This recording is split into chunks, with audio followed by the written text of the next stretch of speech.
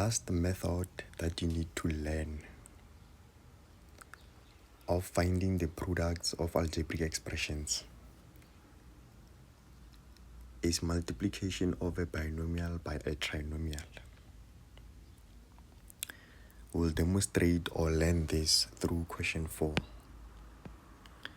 Question 4 says to us, simplify the following completely.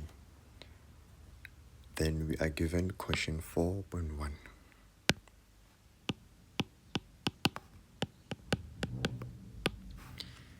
which says x minus y multiplied by x squared minus 2xy plus 9. Now remember that this is a binomial because it has 2 terms, and this is a trinomial because it has 3 terms. So we are multiplying a binomial by a trinomial. And the answer that we're going to get, we call it the product. Hence we say this is the product of algebraic expressions. Now, to solve this problem, it is no different from the methods that we've been using since question 1. What we should be able to see is that this term here multiplies this trinomial here. So that now I can rewrite this as x times x squared minus 2xy plus 9. And again, the negative y here also multiplies this whole trinomial, so that we're going to have negative y x squared minus 2xy plus 9. At this stage, this question becomes very, very, very, very boring, because we've been doing this for some time now since question 1. Why? Because we can see that when we are here, we can actually use the distributive law by taking the x and multiplying it with each term in this trinomial, right? So I'm going to first start multiplying the x by the x squared, which will give me x cubed. And I'll then multiply the x by the negative 2xy, which will give me the negative 2x squared and the y there. Then I'm going to multiply the x by the 9, which is simply plus 9x. We then apply the distributive law in this part of the expression, where we're going to say negative y multiplied by x squared. And this will simply be negative x squared y. Then we also distribute the negative y to a negative 2xy. A negative and a negative will give me a positive. Then I'll have the 2x and I'll have the y squared. Then we lastly multiply this negative y with the last term, the 9, which will then give me a negative 9. Remember that the positive and the negative will give me a negative. That's why we have a negative 9. Then here I'll advise that you look for like terms, because this thing is a long expression and we're trying to simplify it. We're trying to make it to be simple. So check on this expression if there is like terms. If we look at this carefully, we can see that we have, the like terms of x squared y and x squared y here. Now what's happening here is that I have negative 2 x squared y, but here I have 1 x squared y. Remember, there is an invisible 1 here. So I have negative 2 and negative 1, right? So this will give me a negative 3. So this is to say here I'm going to have 3 cubed, because the cube, we don't have any cube here. So it will remain as it is. But here I'm going to have a negative 3, because the negative 2 and the negative 1 here. and then this will remain as it is. Now the other combination that I see, well, it's not a combination. I'm going to rearrange. I'm going to take this and put it here in the front. I'm just going to move it so that I have a positive 2x y squared. Then I'm going to have my 9 so that I have 9x. Then I'm going to have the negative 9 as it is. So all the terms are there. I'm just rearranging it in a descending order. So that I start with a cube, a square. I still have a square here, but here I have 1. Then this is a constant. Right? Remember, we defined a constant in one of our lessons. So that is how you do this question. Now this question, if you look at how it's going to be marked, it's only worth 2 marks. This means that you must spend 2 minutes. Now you would see that these questions will require you to have a lot of practice so that you are able to spend 2 minutes doing these questions. Because the 1 mark will come from simplification and the last mark will come from the final answer. And this will be your 2 marks. Now let's jump to 4.2. We are given here in 4.2 x plus 3 multiplied by 6x squared plus 3x. I think it's a 1 at the end, yes, plus 1. Now again, to solve this problem, we are going to say x multiplies everything in here, right? So I can rewrite that as x multiplied by 6x squared plus 3x plus 1. And then the 3 here multiplies everything in here. So that means this can be rewritten as 6x squared plus 3x plus 1. Now at this stage, it's just a matter of just expanding this question. It gets to be really boring because it's a repetition. We've been doing this since we started our algebraic expressions, solving algebraic expressions. Now here we're going to apply the distributive law where we say x multiplied by 6x squared. This would be the 6, but I'll have a cube here. Then I'll take the x again and multiply it by the 3x, and this should give me a positive 3x squared. Then I'm going to multiply the x there by the 1, and that's simply going to be x, because remember, any number multiplied by 1 is really that number. Now we move along to this part to say positive 3 times 6x squared, and that says I'm going to have an 18x squared. 18x squared. Then I'm going to have a 3 multiplied by the 3x. We all know that 3 times 3 is a 9, and the x will remain the way it is. Then we say 3 times the 1 is simply going to be the 3, because any number multiplied by 1 is that number. Now at this stage, we look at this thing is too long, hey? And remember, we're trying to simplify, right? We're trying to make it to look as simple as possible, to get to a point where we cannot manipulate or do anything further. So here we're going to look for like terms because I don't have brackets anymore. If you look at the cube, I don't have any cubes in this. So I'm going to keep this as it is. And if you look at the square, I actually have 2 squares. I have this 3x squared and the 18x squared. And when you combine the 2, it's going to be 3 plus 18. And that should give me 21x squared. And if we look at this again, I have an x here and an x there. 1. Remember that the x is the same as 1x. And then here is 9x. So I have 1x and 9x. So that should give me a 10x. I have 10 of those x. Then we don't have anything else. It's just this number here, which we call a constant. Then at this stage, it is simplified. This question would be 1 mark for the final answer and 1 mark for simplifying. Now I will jump to question 4.3. 4.3,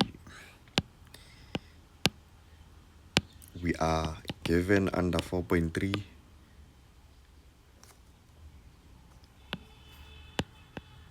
y plus 1, and we then have a trinomial that says 2y squared plus 5y negative 7.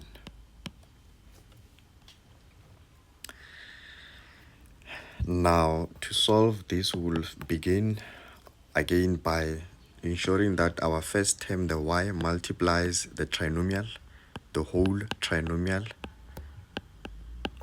and the second term, the 1 here, also multiplies the trinomial, right? So this means I'm going to have a plus, then I'm going to write this as 2y squared plus 5y minus 7. Remember that there is this one here, the invisible one. I'm going to write it as invisible one. So this one is here, right? Multiplying this whole thing. We don't usually like to write 1 when we multiply numbers, right? So it's there as an invisible one. Now the third step would be to then apply the distributive law, where we distribute the x here and there, and then we spread it across each term in the trinomial, so that the first one would be a 2y to the power 3, right? Because I'm having y times 2y squared. Then the second one is going to be y times the 5y, which is going to be a positive 5y squared. Then the third one is going to be y times negative 7. It's simply negative 7y. And then this one here, it's going to remain the way it is.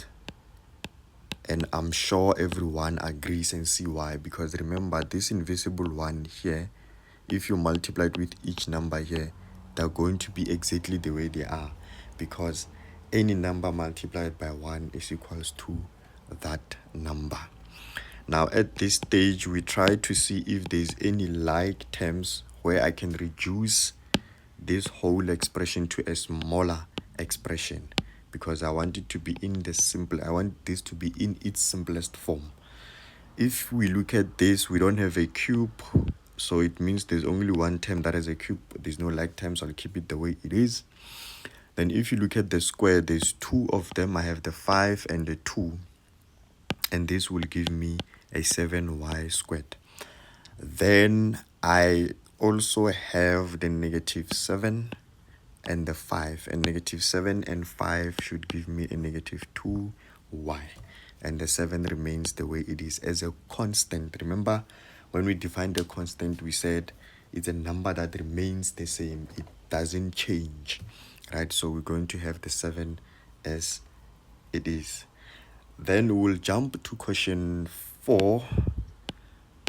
Again, this is 2 marks, 1 mark here and 1 mark to simplify. You know, they group this to be 1 mark. So you should spend 2 minutes. If you are not able to spend 2 minutes on these questions, it means you need to practice every day. So here we are given 5r squared minus 2 multiplied by 2t squared. Then we have the plus 4rs.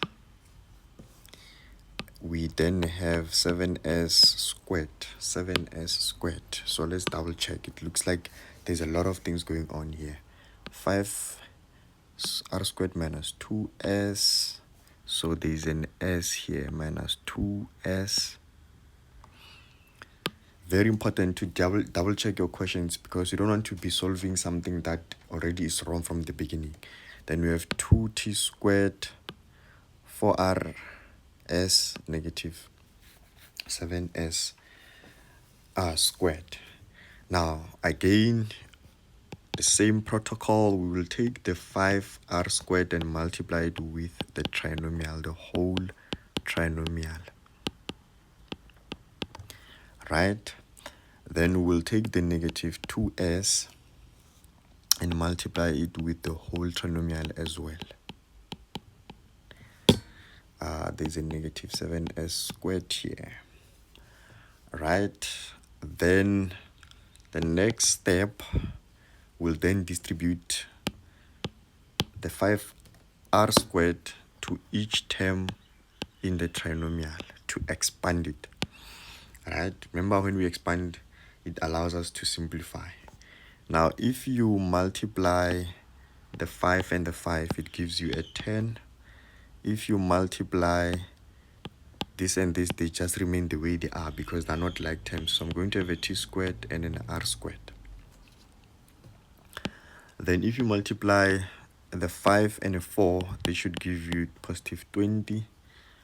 Then if you multiply the r and the r squared, that will give me r cubed. Then remember there's an invisible one here. If you say 1 times s, it will just give you that s. Then if you multiply the 5 and a 7, that should be, remember this is a negative 7 here, that should be a negative 35. Yes, negative 35. And the r and the s are not the like terms, they'll just be the way they are, r squared, s squared.